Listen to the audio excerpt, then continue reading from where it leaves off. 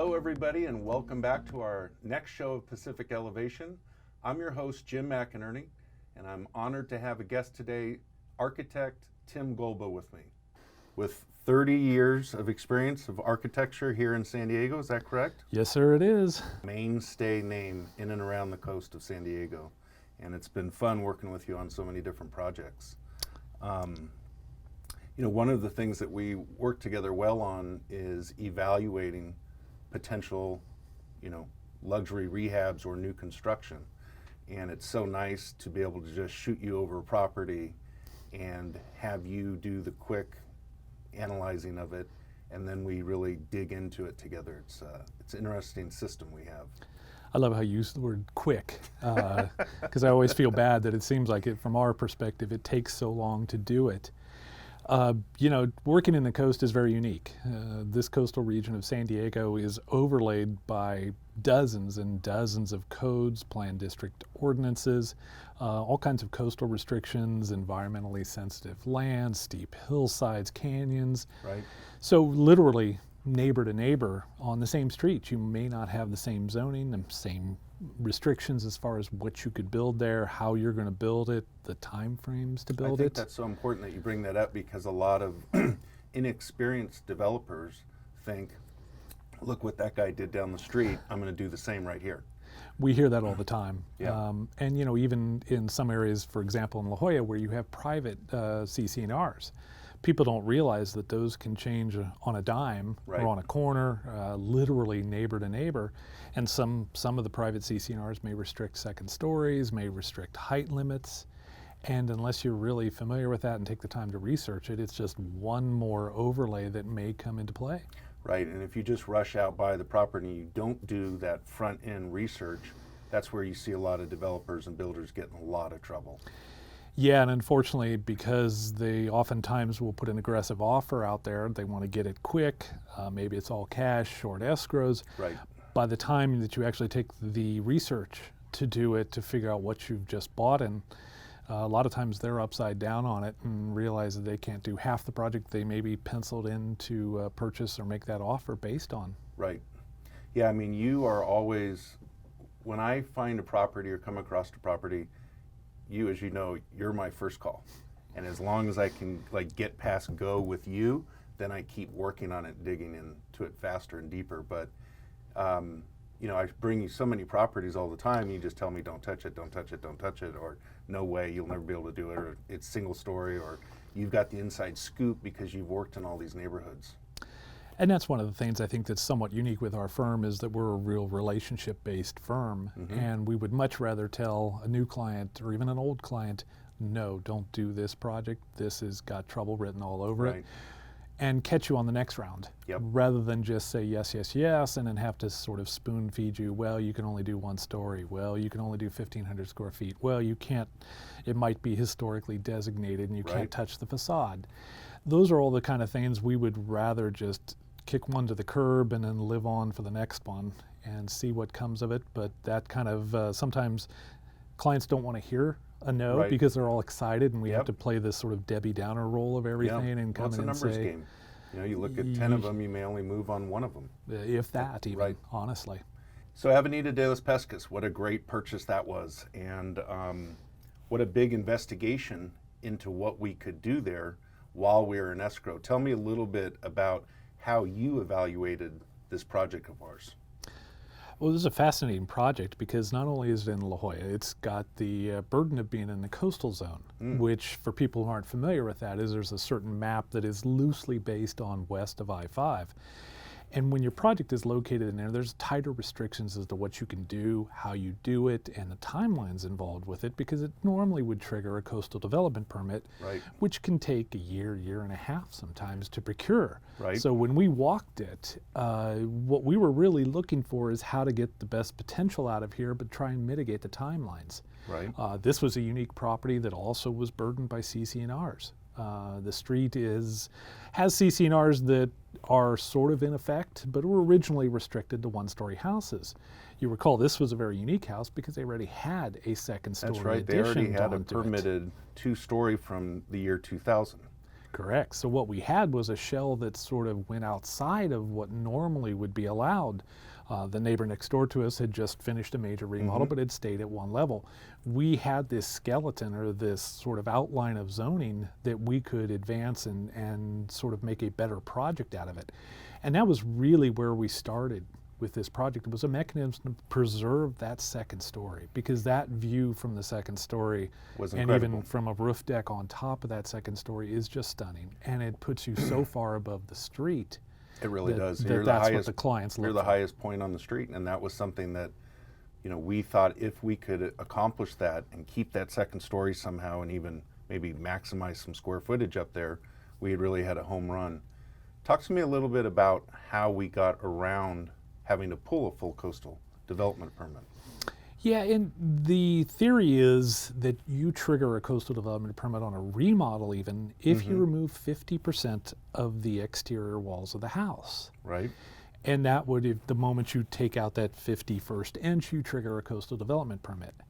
But there is a mechanism that says that you can do 2 exemptions to a coastal permit. So in theory, you could take out 49% of the house, avoid a coastal permit, finish that phase, and then go back in for a secondary permit. Which is exactly what we did. And that's what we did. And what we did is we provided the client a sort of calendar or clock to run to Yeah. say, hey, is this any better? And it was far superior to getting a coastal development permit. It sounds odd to say you get 2 building permits for the same project, Right. but in essence, you take a 1-day pause between the 2 phases and start it all over again. Your contractor doesn't have to demobilize. They stay on site, the same crew Right. that's familiar with the job, Right. same superintendent. So it isn't as sort of button it up, have an open house party for the left side of the house and then start on the right side of the house the next week or anything like that. It's a very fluid process, but it does allow you to avoid the cumbersome timelines Yeah. of a coastal Probably development saved permit. at least 8 months to a year Easy. for holding costs for our building and our investor. And that's why we come to you, because not everybody would have that knowledge of how to set that up and orchestrate that. And you'll recall the other big advantage of this house of doing the exemption to a coastal development permit is because if it's classified as a remodel, the way the city has their rules written, any kind of non-conforming use, and this second story is a gray area because it was permitted, Right. but that remodel allowed us to keep that second story and just remodel it and enhance it, with better windows, better Yep. view capture. But we didn't have to worry about scraping the house and trying to rebuild and replicate, because that might open up a can of worms Sure. between somebody who was across the street who might say, I've gotten my view back, thank you for tearing down the house. Here, we never entered that equation. Right. It was all preserved and status quo. And it's pretty unique too, because this house is the only permitted 2-story home on the view side of Pescas. Makes it Correct. pretty unique. And most of the time, we'll look at the other side of the street, which is typically almost a story above the street on this particular location, because they're all terraced lots in that area of Muirlands. And oftentimes you think the opposite side of the street is the side you want to be on. Right. In this case, because we had a second story, we had better views than the other side of the street on this true. lot. Yep. And so tell me a little bit, there was a 13,000 square foot lot. How did you sort of come up with the square footage of what the house should be? I mean, how did you look at that, and how did you balance that out with the lot size? I mean, that a lot of it depends on the developer and their expectations, what Mm-hmm. the client really wants to get out of it. This was a fairly large house to begin with. Yep, it was. So it didn't necessarily need footage as badly as it needed flow and updating, because the Needed floor a lot plan of updating. was literally one of those houses you walk into that you kind of want to leave a popcorn trail behind you Yeah. because you're not sure you'll. It was so chopped up, and all those little funky rooms, and Rambling is the only word rambling. we would use. And it had that big like basketball room. Remember that living room with like The gymnasium. 16? Yeah, we called it the gymnasium. The 16-foot ceilings. And sadly, in this instance, it was a room that was probably 16 feet tall, maybe better, Yeah. on the view side of the house. Yep. And so immediately what we came to the client, and as we were walking it that first day, and said, why don't we just fill this in, if you will, fill in the loft, Yeah. and you now have 2 floors that have the best view of the That's house right. instantly. And that's what we did, That's and right. that was a bargain, from in terms of construction was. costs and how you really look at it. They were getting the second level with the best view for nothing. Yeah, and we still ended up with 10-foot ceilings, I think, or a little over Correct. 10 foot on the first Yes. floor. So it was awesome. So here's a photo. of when we first bought it and started the demo. You remember that? Yeah, it seems like yesterday. And there's that second story, that existing second story that was up there that we kept. Talk a little bit about that. Well, you can see this picture sort of illustrates it in a layman's perspective of what is the 50% that you're allowed to keep in Right. order to avoid the coastal permit. This slide's very good. It shows the walls that are remaining, the walls that are being remodeled, and you can see areas where of that 50% that we were allowed to completely remove, we did that where the opportunity for the best view to add value to the Yep. building. And looking out onto the street is nice. It's a great neighborhood in La Jolla, but you're never going to get the same return on investment as you Right. will looking the opposite way west to the ocean. And this house, from all levels, has a great ocean view. Yeah, it does. It really does. Wow, look at that. That's when it really got stripped down to the basics, huh? And that's your 50%. Yep. And so that gives you a good graphic illustration of what people see these all the time. There's sort of rumors that people think it's done for tax purposes to avoid a hit on property taxes or something like that. But it's really just with the overlays and jurisdictions and trying to expedite construction to get in and out of these projects as quick as possible. You know, it was nice with Pescas where they had that rounded driveway with two, they call it two aprons, is that what it's called? Yes. Pretty rare to have those, and you can't really get those anymore, is that correct? Correct. You need a certain lot size to qualify for those. This particular project was probably done before that code came into play. And so again, that's another advantage when we look at these projects. Should we remodel? Should we tear down? And when you can vest certain existing conditions that might not be legal to replicate today, that becomes a big part of the equation. There it is a little bit further along. That's that new second story. Tell me a little bit about this entrance that you designed, because before it just had a normal door that you're walking into the house, low ceilings. Yeah, it was really sort of a lost entry. Yeah. I mean, it had no sense of presence. We're talking about a 5,000-foot house when this phase is done. We wanted to give it a little bit more pizzazz to the entry, a sense of arrival. And what we ended up doing was doing, as you see in these pictures, a story-and-a-half element to sort of announce the new entry. And it really did help us to relocate the entry because where it was before was part of that rambling adjective that I Right. used for the existing house. This allowed us to organize the circulation and really kind It of was create awesome. a great spot where you could walk through the front door, look straight through the house out to the ocean view and get that jaw-dropping Yeah. experience. And it was cool how you had it slanted sort of. I know later in life we nicknamed it the Flying V.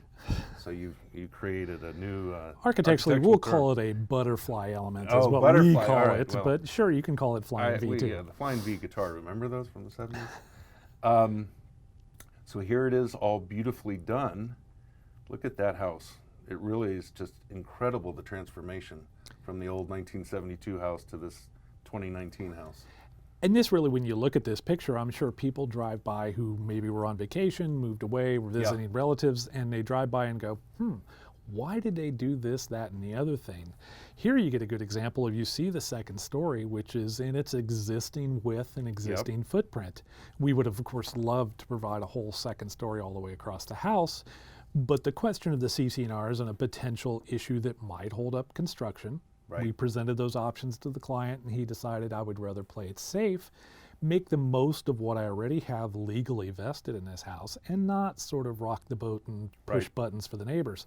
So that's why that particular, which is a master suite and a guest room up there, is located where it is. And you also were able to get in a roof deck, Correct. which was pretty impressive. And it was a big roof deck. It's like The old 600 square feet or house something. had a peaked roof. That's right. On that second story.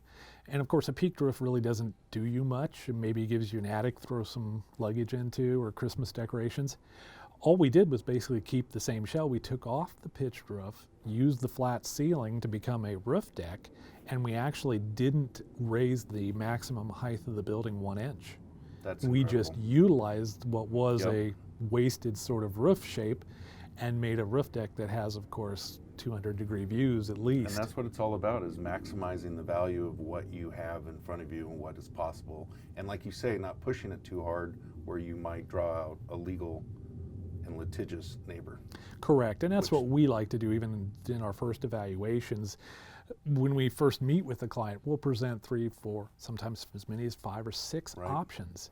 And the base option, maybe option A, is the least expensive, but potentially the least footage, the least return, to whereas an option D or E or F even might be something that would be more aggressive, extend the second story, but with it bring some baggage. Right. Or in this case, we presented options that were involved with tearing down the building and saying, is this lot just special enough that it deserves a brand new house to take And advantage is it of the worth view? the time and the extra cost to get there? Correct. Yeah. And the risk. And the risk. Because Yeah. we were never guaranteed in this particular location to replace what we had. And so that's really what drove this client to think, well, let's make the most of what we have, enhance it, expand it, and just basically get something that you see in this picture is something that's beautiful and takes advantage of its site, something the old house did Well, not do. I gotta hand it to you, Tim. This house closed escrow just about a month ago, and is now the highest recorded sale ever for that neighborhood in La Jolla. So Fantastic. good design on that one. Thank you. Here's the backyard. which And was again, nice. this shows when we were looking at those partial remodel, the Mhm. demolition projects earlier, the areas where you saw the walls removed versus the studs that were still there standing up on their own, it was really meant to increase the inside-outside living of this home, which from its period was something people just didn't do. Right. Today, it's probably the number one item and request we get is I want to be able to, we're living in San Diego, we're living in The coastal seamless San flow Diego. between the two. You want no lines inside outside because in what takes a 5,000 foot house, this house probably has 1,200 feet of decks Right. and a giant backyard as you see in this picture. Yeah. So what we did is really the areas where we chose to use that 50% of demo to our best advantage was to open up spaces and give you that inside outside where you can see the family room just flows seamlessly out here to this Yeah, well, yard. it's nice with these big Fleet Ridge doors. What are those, like 20-foot wide Yes. openings? Yes, Yeah, and they it's pretty totally impressive. disappear and tuck into the wall. For entertaining purposes, it would be ideal. If this house wanted to have a pool someday, we gave them the yard and the location that it would be a perfect And it can orientation. flow right out to the pool, in and out. Correct. Even put a little outdoor shower there for down the road if someone did want to do a pool. And an outdoor bathroom right there to the right, which was very smart. Which is huge. Yeah, that was a very smart call on your. And this is exactly what we just discussed, is the indoor-outdoor feel. You can Yep. see the view beyond. You're private. You Yep. have the control over your backyard, so you can open those doors, come home, after work, open the doors, go sit outside, sit inside. So awesome. And that's what we thought was the real selling point of the house in its transformation. Yeah, and this kitchen was, quite impressive too with the double island. I mean, that's pretty awesome. It's something that we're starting to see more of, Uh-huh. just because people always complain to us is I would love to have my sink or my cooktop on an island, but I don't want to splash my kids' homework, or worse, I Got it. don't want to set their paperwork on fire or have them, Right. reach over into a cooktop, burn their hand or something like that. So we're always in this fight between, do you sit at the island, do you do homework at the island, do you build puzzles? Everybody's doing puzzles these days Yes, because of that's what true. our situation. So the two island scenario, when you have room and space that's big enough, really solves that because you've got a prep island that you see in the Yep. background of that picture that has a sink on it. And then you've got what would be more the traditional eat lunch on a weekend Yeah. or do homework, now that everybody's Well, homeschooling. everybody loves being in the kitchen too, so Yeah. everybody's got plenty of space there. Beautiful master bath. So, Pescas was a great success story, but the one I think that we were always most excited about was Parkview Terrace, 1961 Parkview Terrace. Of course, great lot, Um, great project. Yeah, that one was just an immediate, we got to have it and we got to do it right, and we're never going to get a lot like this again. It was dear to me because I grew up in that neighborhood. I used to play in the canyon that was in front of the house, so this house has been like in my world for my whole life, really. And the opportunity came up just because an agent mentioned that she's going to be listing something, and I knew every house on that street, and I was like, oh my God, is it the Brown house? And the before and after transformation of Parkview is probably the largest transformation ever. Would you agree? I think it has to rank right up there. So this was the house when we first feel saw like it. you should be playing the theme to the Brady Bunch as we Right? look at this image. Yeah. So I mean, that's a And what's dead so on. deceiving about this, Tim, is if you just looked at it from the street, you'd be like, what? There's nothing. But when you get in and you saw the view of unobstructed to downtown and Mexico and Coronado and the islands and the bays, it was just incredible. There was the beautiful backyard. Remember that? In all its glory. Yeah. Now, there's the view. Now, what was incredible, as you remember, Tim, they hadn't cut the trees, I don't think, ever. And a lot of the view was obstructed from the lot because they had just never cut the trees. And you know, it's interesting when you talk about evaluations with clients, and Yeah. you've been on 10,000 of these walks where you go through houses. I remember this one as being a unique call. I knew the street, but it was one of those streets that you know of, you don't know it that well. You had the privilege of growing up in that area. Right. But of course, you know that this is at the top of Kate Sessions Park, Yep. which is 80 or 80 90 acres. Yep. of preserved open space. Yep. And arguably that south view from that area is one of the best views, if not the best in town, because it's would not agree. just water. Yep. It's also the life of the city, SeaWorld, fireworks, Planes taking all off, of that. all the movement. And so even at night, it's almost as interesting as it is during the day. And I think this walk, we were probably 10 minutes into this walk with this client, and it was, you have to buy this. Yeah. Right. And so we said, tie it up, just get it tied up. We'll go back and expedite our review. And this particular site is vastly different from our first project that we talked about How on so? I mean, Pescas. they're both in La Jolla.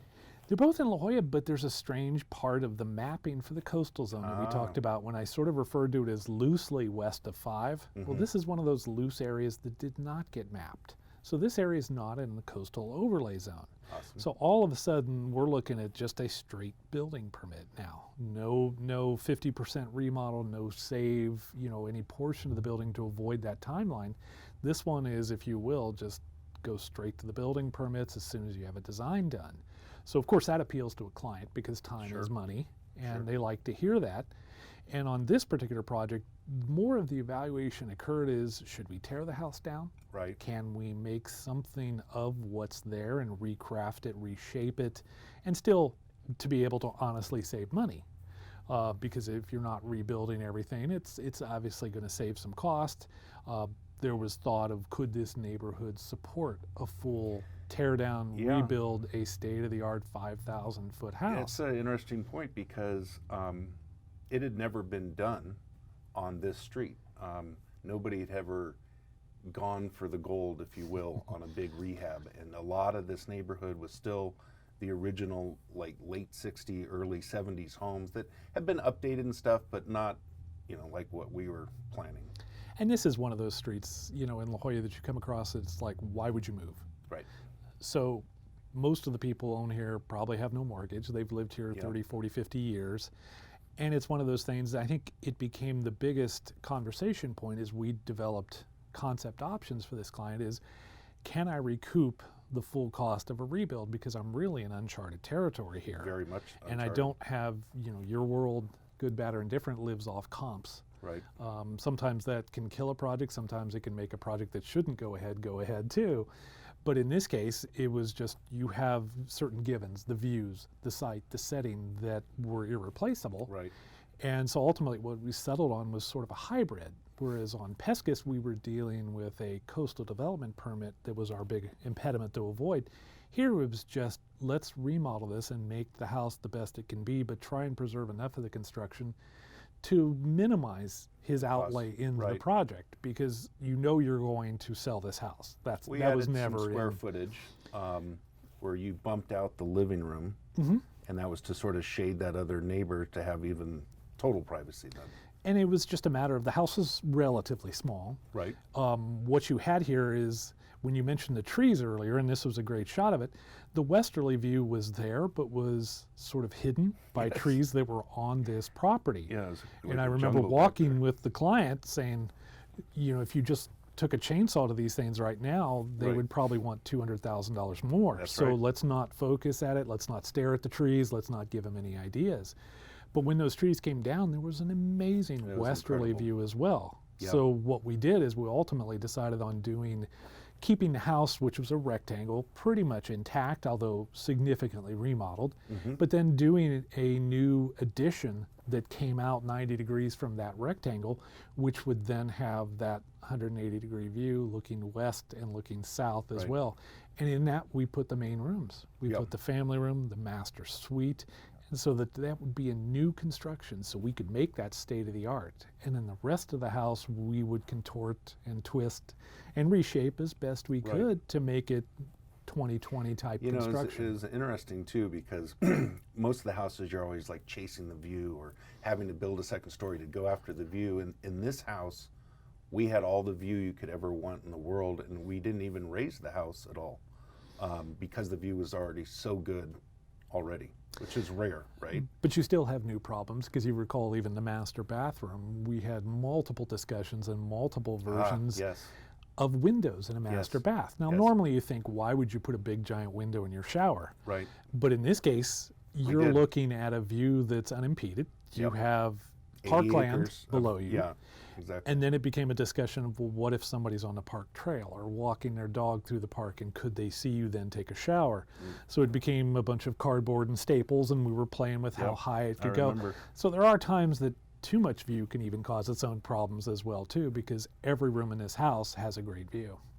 Now, as you remember, when we first walked in this house, this was probably one of the most, cluttered?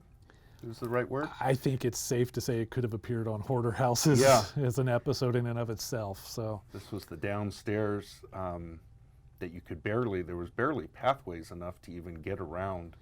And I think that shot probably sums it up totally. Yep. I mean, when you talk about doing these initial walks and these evaluation walks, you walk into something like this, probably half the people and certainly 3/4 of the clients will just turn around and go right back out the door and go, Right. oh, this is a junk pile, this is a hoarder house. You really have to sometimes convince clients to be able to find a way See through through it. the house. Right. And I remember we were on the back balcony, which looked over the whole Right. view range, and the balcony was almost collapsing underneath us, so we were taking turns standing on it. But from there, you sort of thought, I'm going to forget about the junk behind me, and I'm going to look Because- forward to the yep. view that's here and Yep. imagine what can be enhanced and expanded in this location. And again, it's location, location, location. Yep. This is not, you can't replicate this site in this Now, view. you can't replicate the site, and I think that's the most important, statement, is that this was really one of a kind lot, and I always believed, and I think everybody believed, that somebody out there, a future buyer, was going to pay a premium to have this lifestyle. Correct. That was the bathroom, as you remember. So now let's look at some of the shots afterwards, and that's how it turned out. Pretty incredible transformation on the front there, huh? And even on that slide, that sort of shows you really what we strived to do was to create a sense of entry again, because it was sort of lost in the jungle that was the front yard. Right. This particular, you can see the steps that go up to the front door. We chose to install a pivot door, which is a bigger than average door, but it pivots on a sort of off-centered hinge. And the idea was we truly wanted, the moment you got to that door and opened it up, we wanted everybody to stand in that foyer and go, wow. Yeah. And you look straight through the view, and you can even see from this Yeah. shot what is coming up, at a sunset and what it would look like. Yeah, the view's just right on top of you, right at the door. And that's really what we tried to get to. Some of the other transformations you can see, again, we had a peaked roof. We Yep. don't need a peaked roof. So we kept some of it for styling, for compatibility in the neighborhood, because we didn't want to seem too pushed, too modern, too different, because again, has to be marketable. Yep. And so we kept the sort of bookends that you see there on the roof that would be more compatible with the context of the rest of the neighborhood. But in the middle, we stuck Yeah. a wonderful roof deck that has Yeah, just that's a commanding view of incredible roof everything. deck. And that's the backyard now. And again, from the back, we don't have as many concerns about neighborhood context and compatibility. Right. And with a view like this, you're going to end up with mostly glass on a backside anyway. So you can see that the rear is significantly more modern or contemporary feel to it than the front, which still has remnants of the original shape of roofs and still fits in nicely with the rest of the houses that will eventually go through this type of remodel, but not until probably the owners pass.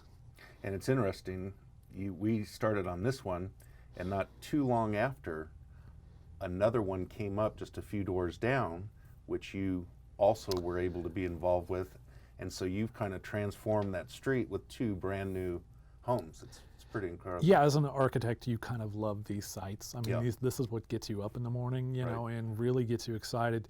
Our design team in-house couldn't have been more excited because you go to the site and you see the potential. And you talk about indoor-outdoor living again, which is what we had talked about on Pescus, but again, this project is almost more amplified because you have no neighbor. Yeah. I mean, the viewside neighbor is 80 acres of park. Yeah. So you get shots like this where you can have a dining room completely open out. Well, it's a nice day. Well, let's go dine and eat on the Yep. patio. Downstairs as well with that great yard, you know, you flow straight out of the lower level as well too.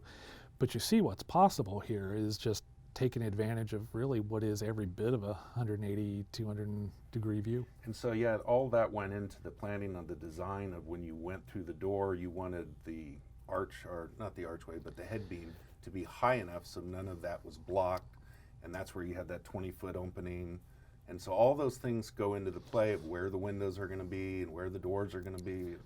And this is nice too, that the technology has come along in the firm of architecture that you really do have three-dimensional modeling now. But Right. back in the day, we struggled trying to get clients to understand what a two-dimensional elevation drawing really was. And you can't portray depth, you can't portray what it looks like to walk up to it. Here now with three-dimensional modeling, we're able to actually walk people up to it, And see put it the from every sun angle. angle on exactly the day we're showing off the model.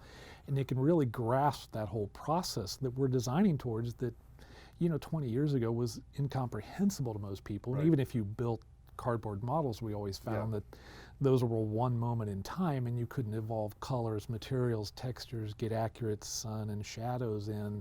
And that was important for this is because this is south and southwest facing primarily. And one of the things we didn't want to do was end up creating something that was basically just going to bake them either. So overhangs were True. key. The sort of indoor-outdoor room downstairs is meant to really be used as a summer day room where Right. you can go out there, put the fans on.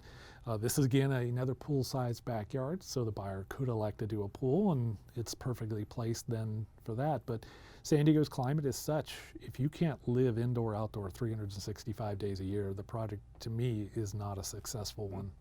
Interesting statement. There's the back. And it shows you again the predominance of glass, you know, that Yep. it's mostly glass because as you see, every room has a view from that image. So you have to take advantage of it. And it sort of starts to show the indoor-outdoor room downstairs, which gave us the deck off the Yep. main entry level, but then also gave us a covered shaded area to Yeah, go I mean, outside that's really downstairs. important because if you didn't have that covered area and it was super sunny, you would get bakes. But now you've got coverage on all levels, actually. Year-round living is key. This is on one of the extrusions that we talked about that Mm. we plugged onto the rectangle. This happens to be the upstairs family room, but you can kind of see the views that we were picking up from popping this out. Oh, yeah. And it's ironic because we talked on Pescus about CC&Rs and using that as a determiner that you didn't necessarily want to set the neighbors off and cause issues. Right. This area also had CC&Rs that were in some state of non-activity or something like that. But when we came up with this idea to pop that extension on out, the client, who's very responsive to neighbors' concerns, immediately reacted that, will we, you know, upset the neighbor to Right. our left side? Right. And what we did is went back and got our pictures and our drone shots that we had from the beginning and said they never had this view to begin with because of the trees. That's right. So what we were doing was building where there used to be trees, but they couldn't say you took my view away. Right. And it turns out that the neighbors were very nice anyway, but still, sometimes you want to be able to be a good neighbor as well too and not have It's a good point. neighbors organizing on you. It's a good point. So here's just a couple before and afters. We'll just for fun. Classic. That was the before front, and that was the after front. That was the before backyard, and then the after backyard. God, that old roof, huh? Look at that thing. That's incredible. You know what's great is this project, like you said, really we did go out on a limb, right? having grown up though in that neighborhood, I knew that it was going to be worth it in the end. And this property at Parkview sold early in 2020. It set a new record for that neighborhood by over $1.5 million. So, you know, the idea to go out on a limb and go for it worked. It sold like that. Nice couple came in. As soon as she walked through the front door, I knew she had to have it. So it was pretty awesome. And that really goes back to some of those initial conversations that I can recall sitting in on, where the client is more based with you saying, what can we sell this for? What per foot can we get? And I Right. remember you sort of explaining that we don't have any comps to base this on. So this house is going to have to stand on its own. Yep. And if you build it nice enough, it will stand on its own. Right. And because you could take this same amount of money or same amount of per foot cost and probably go somewhere else in La Jolla, but you're not going to get that kind of view, and you're certainly not going to get an 80-acre park as your direct neighbor. Right. So it's, you know, while it's in an area that is not generally associated with the high end of La Jolla, let's say. Not at all. It's a hidden gem. Yeah, it is a hidden And gem. this whole area will redevelop into projects eventually like this, because you can't find that kind of view day and night Right. anywhere else. Yeah, and just the fact that nobody can build in front of you for 80 acres is just so rare. And to have those hiking trails and be able to walk down to the park or walk your dogs out there, I mean, it's incredible. Or 5 minutes to Interstate 5 or into PB or down and drop into the village in the same 5-minute drive too. So it is really kind of, I'm sure several people who looked at this when you had open houses were probably having to look it up and find out, where is Parkview 100%. Terrace? Yep, 100%. Most people. And once they get didn't there, know they're sort where of it like, was. how have I never seen or heard of this street before? So And it was a it's- good street to build on, which I think is always something we look at too, is how is it going to be when we have 12 worker trucks and cement trucks and all the cranes and all that? Is it a good street to even do a project on? Because so much of La Jolla is on slopes, hills, parking issues, you know, narrow streets. This Narrow happens to streets. be a very wide street. right? You know, most of the smaller, older streets in La Jolla can barely handle two-way traffic, but if you Right. start putting big construction vehicles, or you have a concrete truck or a lumber truck doing a drop, neighbors can get very agitated very quickly. Yeah, and that's sometimes a reason to say no to the project, because you're going to agitate all the neighbors. It's going to be expensive. It's going to take way longer to get materials in and out. You might have to use cranes to get stuff into the backyard, and all that has to go into the evaluation. Significantly. We do a lot of work in Mission Beach, which is a very unique beach community with very small, compact, tight lots. Right, But as you can imagine, it's very popular, and population goes up fourfold in the summer, and there's no additional parking that's brought online for the summer. So when we're building down there, we always try and start sort of around Labor Day so that we're wrapped up by the next Memorial Day or Right. even sooner. Because if you're telling your, let's say, a framer to park a mile and a half away, carry his tool Yeah. bags, his compressor, Yeah. his saws Yeah. for that walk, you know, it's either going to delay the project, or you're going to pay a lot more money in their Right. bids to do it. So Yeah. projects like this, where you have almost unlimited street parking and easy, convenient access to it, invariably transfers to a lower construction cost. there you go. And one of the reasons we love working with you, Tim, is because that's sort of your niche too, is the coastal zones of San Diego, correct? It actually has grown to be. Yeah. It's one of the odd things that, as an architect, you know, there's a real regionality to everything. Doing a project in Hillcrest, let's say, or North Park is vastly different than Pacific Beach. Right. The codes are completely different. The constraints are different. How to make the most of the least is an acquired art form. It's almost a regional dialect or language. And over the years, we've found that because we focus sort of our work on the central coastal region, you know, kind of Ocean Beach through maybe La Jolla, is we've gotten very good at understanding those codes. We know them like the back of our hand. We know Right. what transfers to a potential filled lot.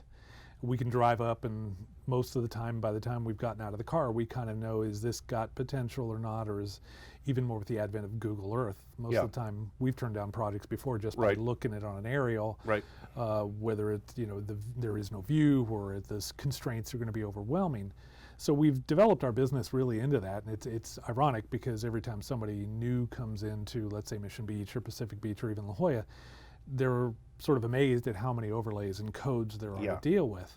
How But complicated it for is. us as architects, once you get good at them and you know them, Yep. then why leave that home base? You know, No, and that's why sort of we make work the most together of the so least. well, and it's been such a pleasure working with you and sharing, collaborating ideas, and you know, you're a huge asset for the team, and it shows with the projects that we've done. Thank you very much. Yeah, well, you are. They're fun projects to work on, and as you see, even with repeat clients, is they start to pick up some of your expertise about comps and valuations. We start to pick up some of Yeah. that.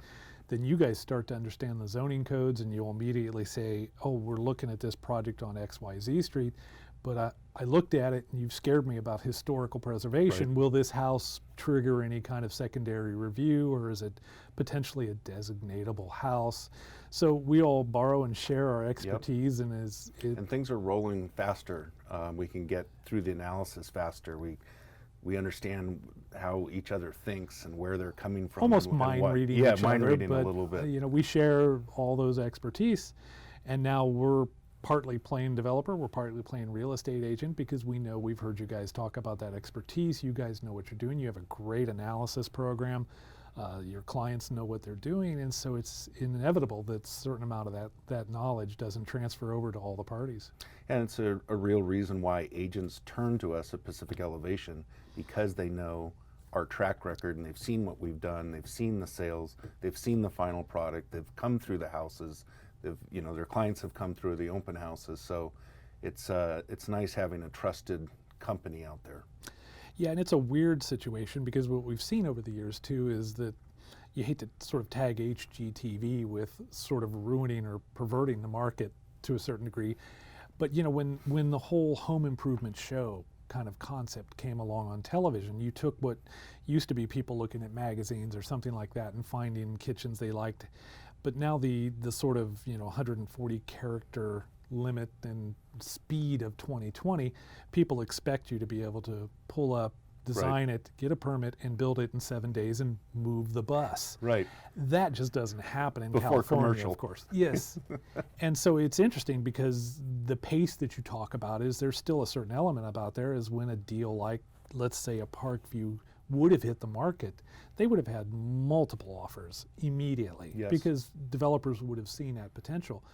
But it was nice that your networking had a tie-in, you had a personal connection to it, which That's I a know good that point. seller, having met that seller, Yep. that was a big point. It was a The- big point. I think she knew that I grew up in the neighborhood, and it is always nice to find those ones that haven't hit the market yet so that you have time. Because in the beginning, when you're analyzing a deal, time is like gold. The more time you have, the better. And even when we talk about sharing our knowledge bases, I can remember a discussion when we were walking the site, which was sort of three-part between us, the clients turning to us saying how long to do this, how long to get a building permit. Then they're turning to you saying, how can we sweeten the offer? And I remember there was discussion because this particular house was filled, shall we Yes. say politely. Yes. And there was the thought that they were going to sweeten the offer, and they did, I believe, to include cleaning out the house for the lady who I think was recently widowed and probably looking at the daunting task of what do I She do was with this accumulation? completely overwhelmed with the situation, and so the ability to help her move out what she wanted and then just inherit everything else and kind of put it on us to deal with it And that's was a huge benefit. That's not a zoning code item. That's not a comp item. Right. That's not a cost per foot item. That's just experience. Right. Knowing how to secure this type of property before it gets away. Right. Yep. Yeah. Well, we were not letting that one go. I can tell you that. Thankfully thanks, so. Yeah. Well, thank you very much, Tim, for being on the show. My You're pleasure. a wealth of knowledge. It's a pleasure to work with you. Tim Golba, Golba Architecture. We'll see you on the next show of Pacific Elevation.